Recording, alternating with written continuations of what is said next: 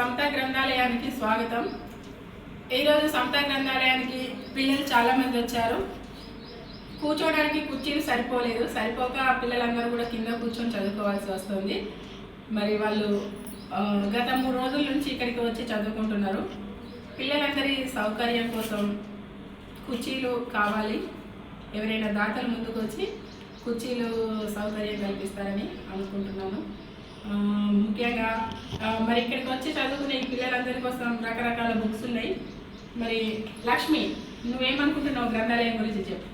నాకు ఇక్కడ అంటే చాలా అనిపిస్తుంది. ఇక్కడ తను లక్ష్మి 7th క్లాస్ అమ్మాయి. తను మెహక్. నువ్వు చెప్పు, ఎలా ఉంది ఈ గ్రంథాలయం? బాగుందా బాగాలేదా? నువ్వు చెప్పు నందిని. తను నందిని 7th క్లాస్. గ్రంథాలయం చాలా బాగుంది. నువ్వు చెప్పరా మానిని తన 3rd క్లాస్. ఓకే, నువ్వు చెప్పరా మైత్రి. గ్రంథాలయం చాలా బాగుంది.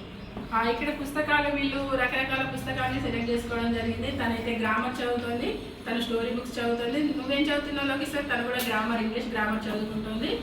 సో ఇక్కడికి వచ్చే విద్యార్థులకు ప్రోత్సాహకంగా ఉండడం కోసమని నేను ఈ రోజు నుంచి లక్కీ డిప్ అనేది ప్రారంభించాను. అంటే ఇక్కడికి వచ్చిన పాఠకులు ఎవరైనా సరే వాళ్ళ యొక్క పేర్లు రాసి ఈ డబ్బాలో కనుక వేసినట్లయితే డ్రా సిస్టమ్, ఇందులో ఎవరి పేరైతే వస్తుందో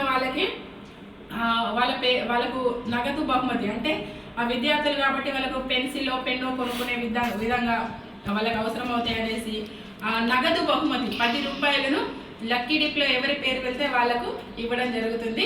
ఈరోజు మరి చూడండి, ఈరోజు మొట్టమొదటిసారి కాబట్టి నేను ఇక్కడ ప్రారంభిస్తున్నాను. ఈ లక్కీ డిప్ తీస్తున్నాను.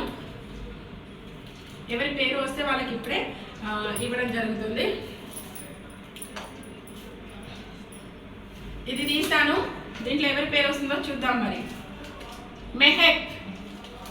మెహక్ ఈరోజు సెలెక్ట్ కావడం జరిగింది. మెహక్కి నగదు బహుమతి 10 రూపాయలు తనకి ఇవ్వడం జరుగుతుంది. ఇది 20 ఉంది కానీ 10 నువ్వు తీసుకో. Thank you. క్లాప్స్ పెట్టండి అందరూ. సో ప్రతిరోజు కూడా ఇలాగే లక్కీ డిప్ ద్వారా విజేతలకు నగదు బహుమతి అందించడం జరుగుతుంది. ఇవన్నీ కూడా ఇలా ఉంటాయి. మళ్ళీ రేపు వీళ్ళే వచ్చినట్లయితే ఇవే చీటీలు వేసుకోవచ్చు, లేదంటే కొత్త వాళ్ళు వచ్చినప్పుడు కొత్తవి కూడా చేసుకోవచ్చు. Okay, thank you.